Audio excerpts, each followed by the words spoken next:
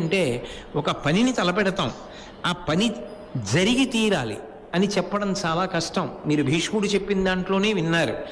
మన యొక్క ప్రయత్నానికి పరమేశ్వరుని యొక్క అనుగ్రహం కూడా కలిసి రావాలి. కానీ నువ్వు ఆ పని చెయ్యలేకపోయావు, ఇబ్బంది లేదు. కానీ ఆ పని చెయ్యడానికి నువ్వు ఏ ప్రయత్నం చేశావు, ఇది చాలా ప్రధానమై ఉంటుంది. అసలు ఏమైనా ప్రయత్నం చేశావా? ఏ ప్రయత్నం చేశావు? ఆ ప్రయత్నం చేస్తే కార్యము సాధింపబడకపోయినా పెద్దలైన వారు ఆగ్రహం చెందరు. మీరు ఎప్పుడైనా గమనించండి, పిల్లవాడు చాలా కష్టపడ్డాడు, కష్టపడి చదువుకున్నాడు, వాడి శక్తి కొలది రాశాడు, వాడికి 80 మార్కులే వచ్చాయి, 100కి 100 రాలేదు.